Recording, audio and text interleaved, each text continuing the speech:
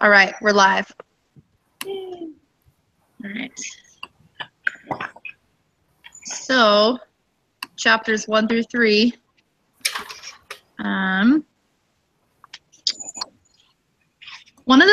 just start. Like, one of the things I thought was kind of cool is it was in chapter 3, and they were talking about the ABAB design.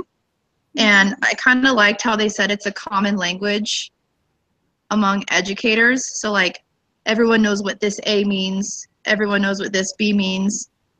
So if you do choose to use that, everyone understands what it means. Right. I actually didn't even know there were that many kind of designs. I didn't know that.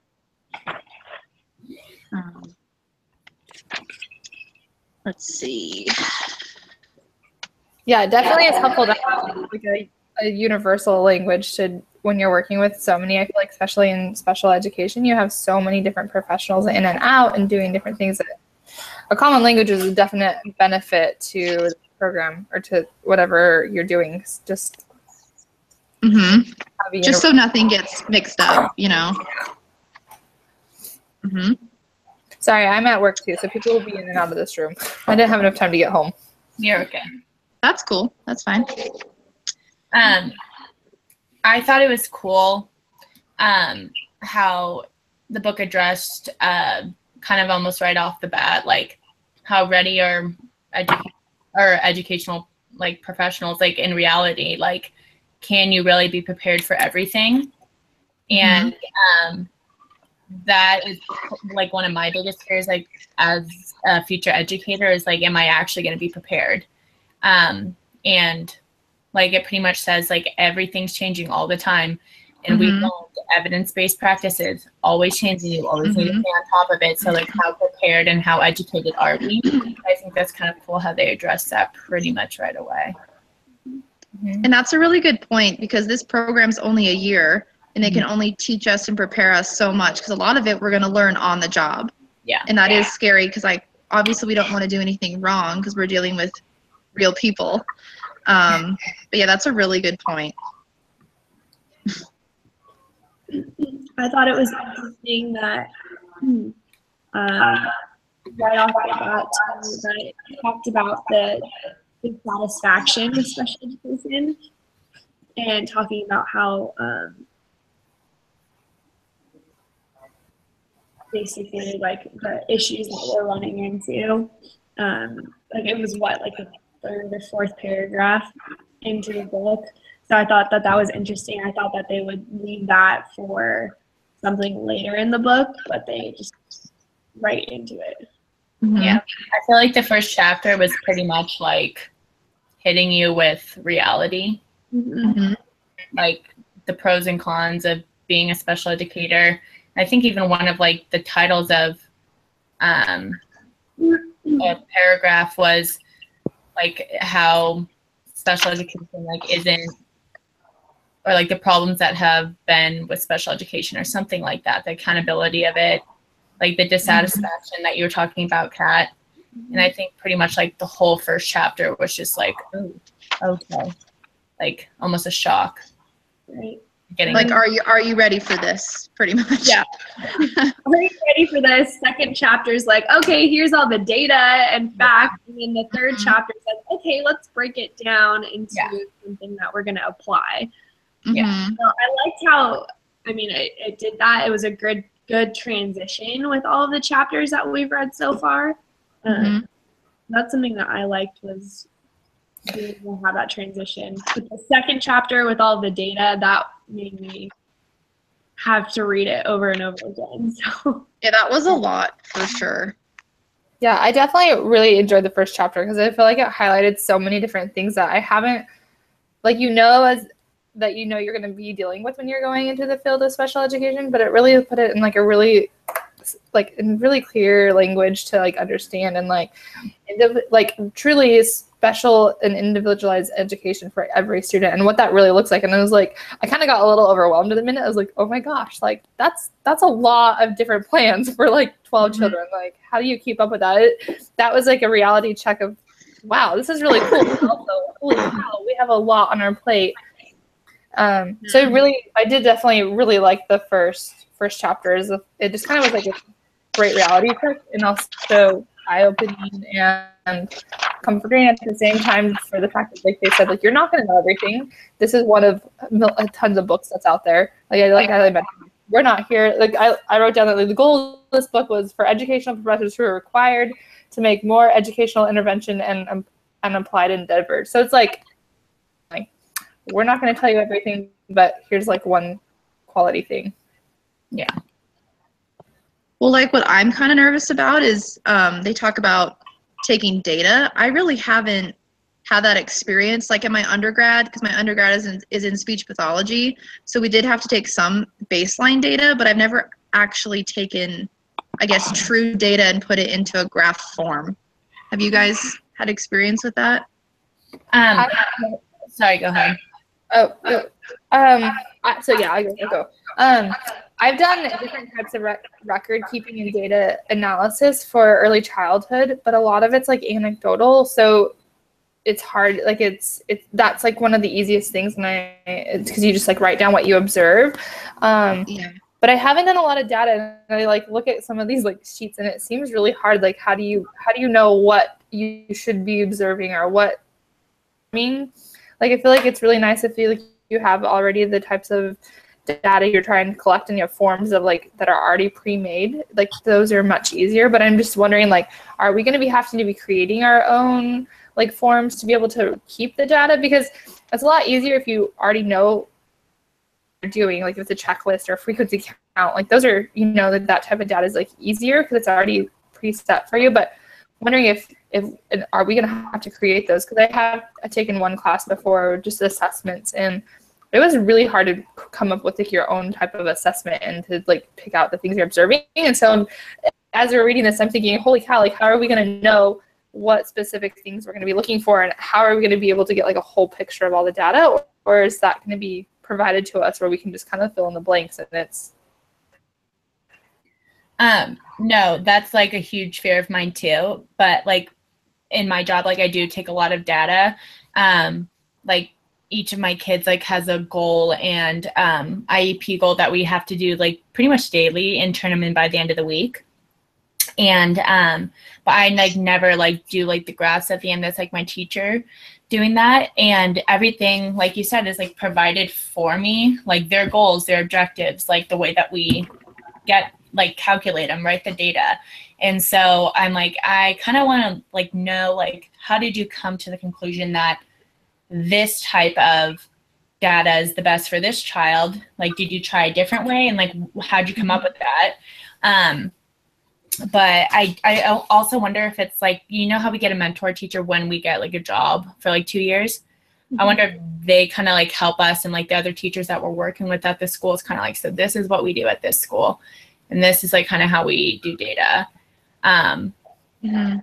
So I don't know, like I've been wondering about that too, like because I know each like testing and data is not going to be the same for every kid. So when do you like stop and be like, hey, this one's perfect for this one, but this is not going to be good for this one? And like I've taken data, like I was a BI for a while, so like, you get a plus on this, minus on this, but like you said, like the graph part, I'm not sure, but I'm sure that'll come up eventually with this program, but I hope it comes up soon so my questions can be answered. Yeah. It's just like with everything that we've been learning, like how many different types of testing and data and like goals and objectives that you can use for each child. Well, where do you start? Like there's so many different kinds. So I think that's cool for me too. Mm-hmm. Yeah, and I think the difference is like I've like created my own like data sheets to do before, which are challenging. But there's also like curriculums that create them too. But the unique thing about being in special education, we're not going to be probably using like the same curriculum. Like it's different because, but I don't think that you're going to have like one set curriculum you're teaching and then you're just adapting all of it, because we're going to be on IEP based. So I feel like that is really the big question for me is like I've used both. I definitely love that the curriculum that I'm using now in my classroom has already the assessments in place and the way for me to record data.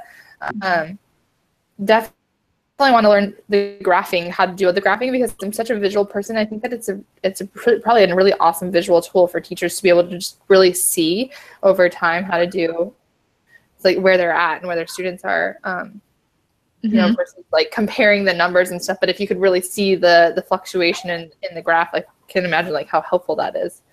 Yeah. So for Totally. you plugging in the data, it doesn't give you like your graph already. What'd you say?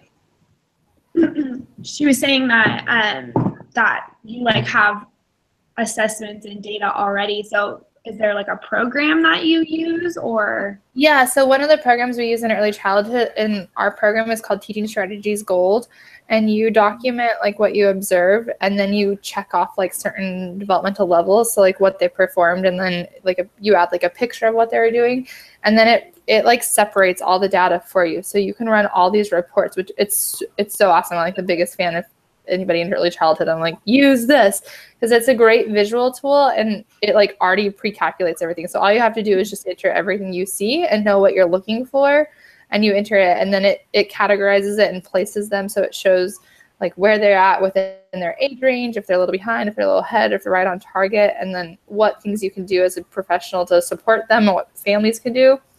So that's been such a great tool for especially myself and the students, but I don't know if there's a lot of tools out there like that, especially in special education. Yeah, all mine is done on paper.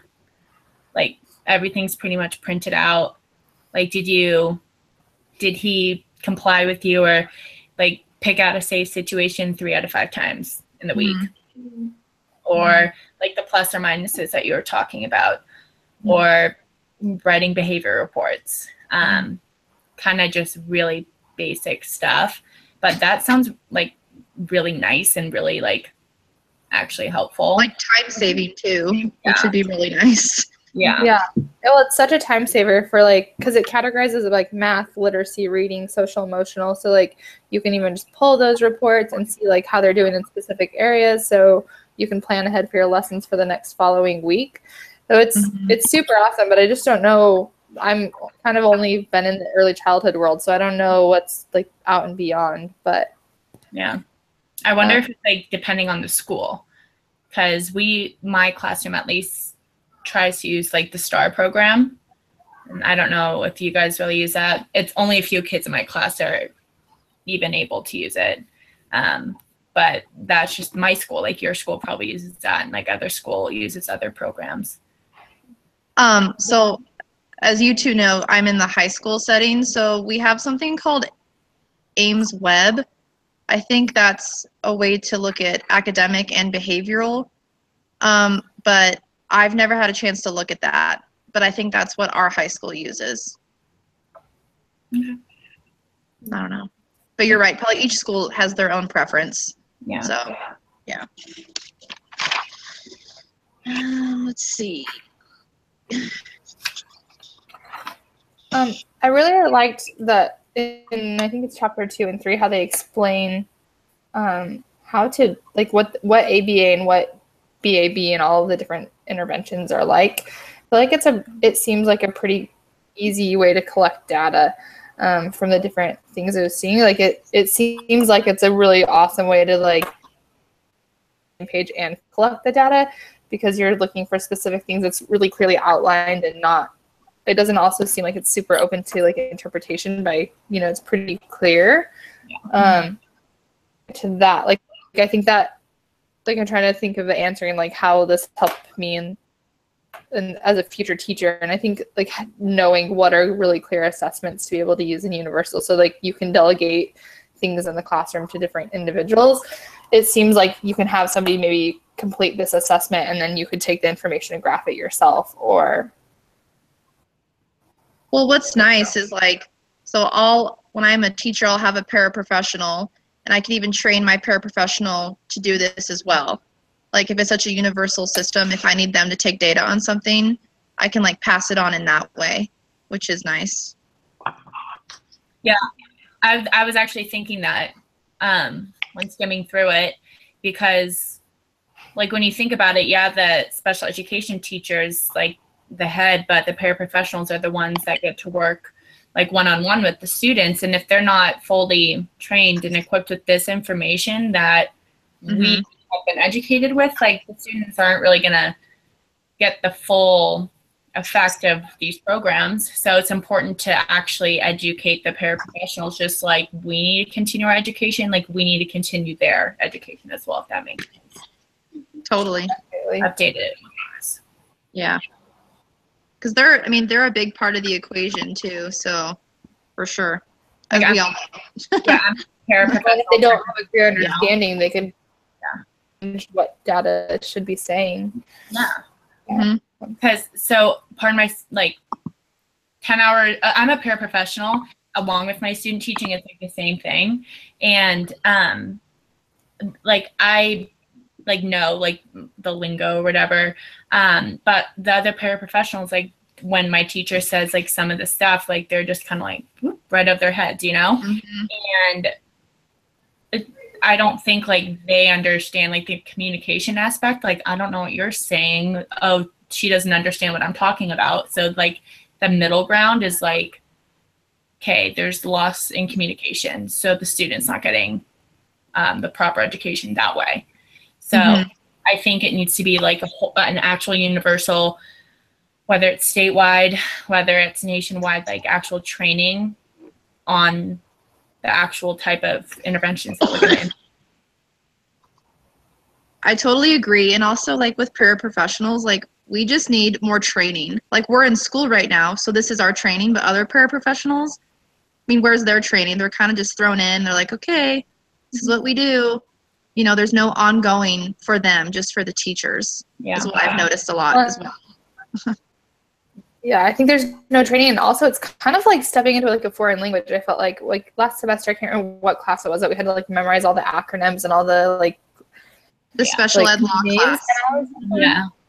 How am I ever gonna know this? And then you hear teachers like throwing around these phrases, and I'm like, I took a class, I did well in the class, and I'm still like trying to like catch up. Like, what are you guys talking about? Like, what is this specific thing?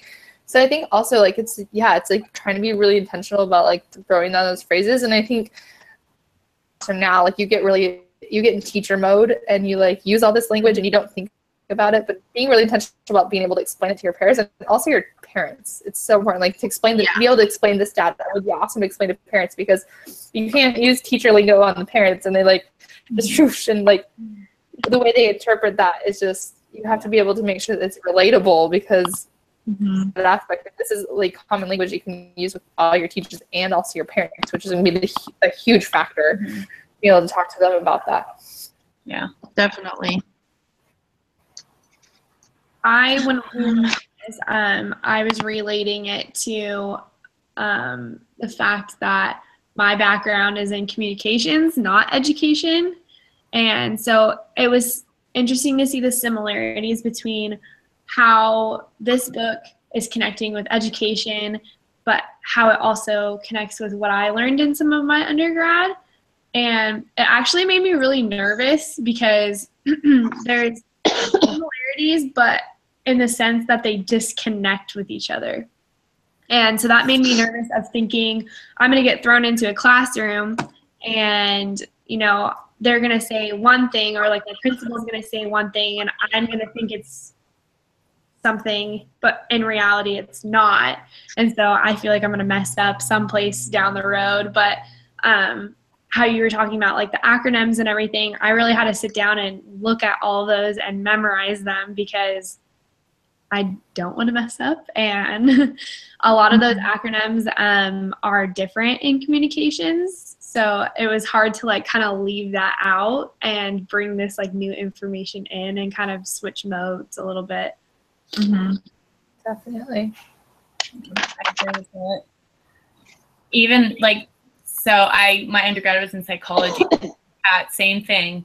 Like I literally, some of the definitions, or even with the reinforcements and all of that kind of area, a lot of it connects, but there are a few gray areas that it's kind of like, okay, that's definitely psychology over here, and it's not the same in education. And especially when we were doing like the Sene, whatever that mind tap thing, I'm like, no, like that's right. That is so right. I'm right. Why is it saying that I'm wrong? And then I realized, okay, I'm not need to take my mind out of psychology. Yeah, That's difficult. Yeah, it is. I'm glad I'm not the only one that thought that. Yeah. Yeah. Well, and it seems like some of those acronyms like that seem like common sense. Like you're like, oh, it's definitely speech therapy. You're like, oh, it's totally not even something I would have thought it was. Like, yeah, right. Or even like in our book, how it's like nuts and bolts. It's like, okay, but it's not. yeah. How do you like really actually connect this? Because I don't get it. Yeah. But then you read the content and you're like, okay, well, yeah, this is what it is, and how we do move forward. So,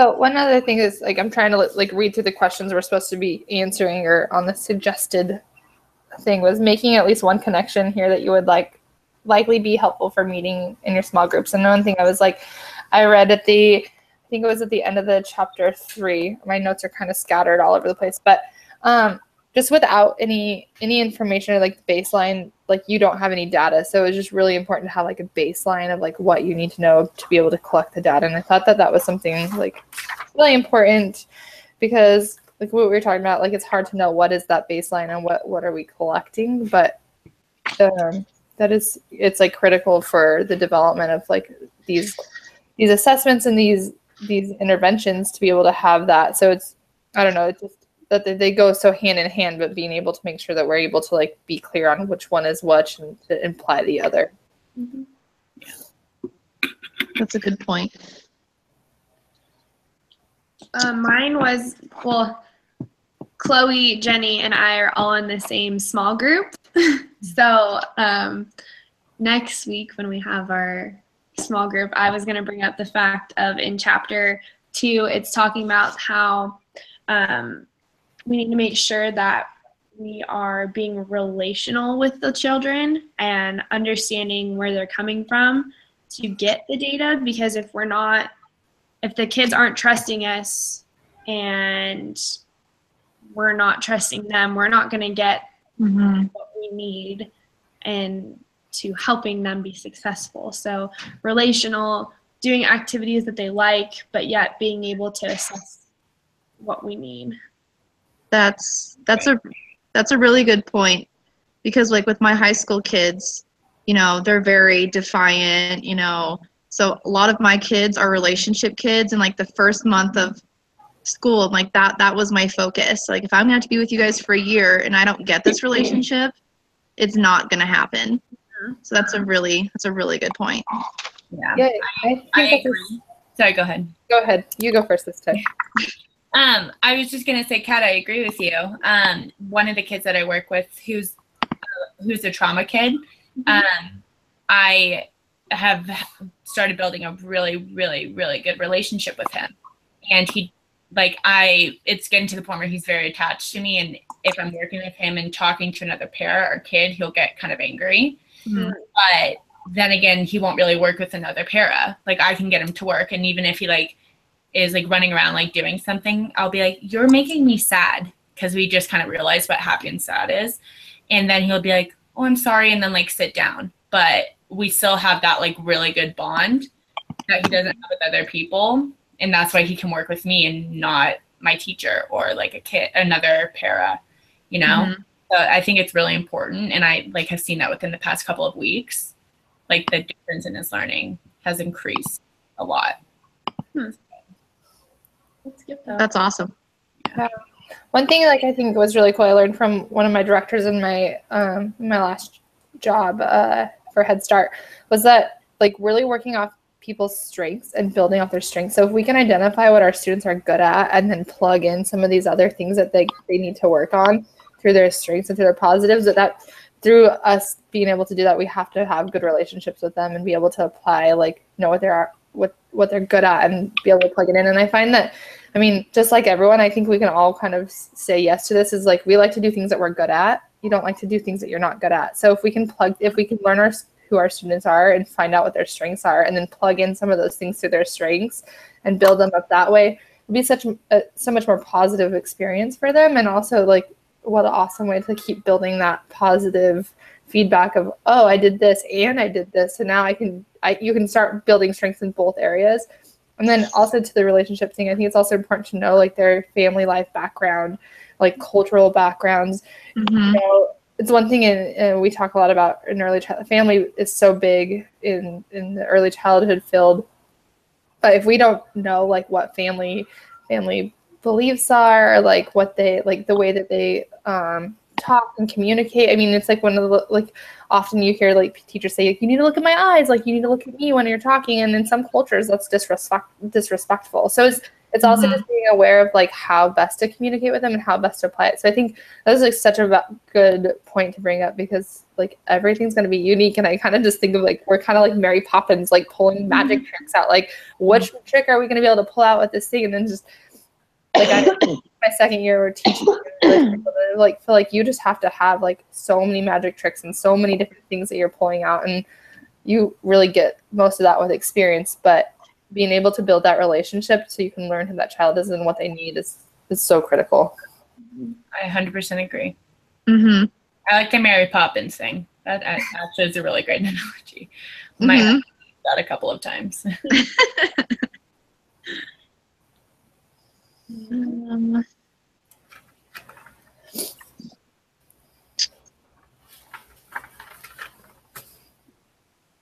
Anything else? I feel like I'm always the one that says anything else. Always me. You are the leader. Okay.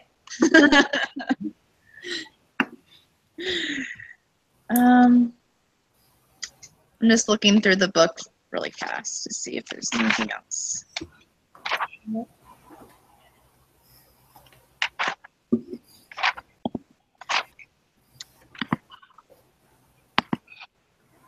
Let's see. So I'm also a visual learner too. So, and throughout like all these chapters, I do like how they have a lot of graphics. I mean, as like juvenile as that sounds, like that really helps me, like all the different situations that they have. And they have like different questions you can ask. That's really helpful. Again, more examples. I'm an example person for sure. Yeah. Especially when you're reading such scientific like writing, it's nice to be able to have an example to be like, oh, that's what they're talking about. Right. Kind of help put all the pieces together. Yeah. Trying to look at my highlighted areas too.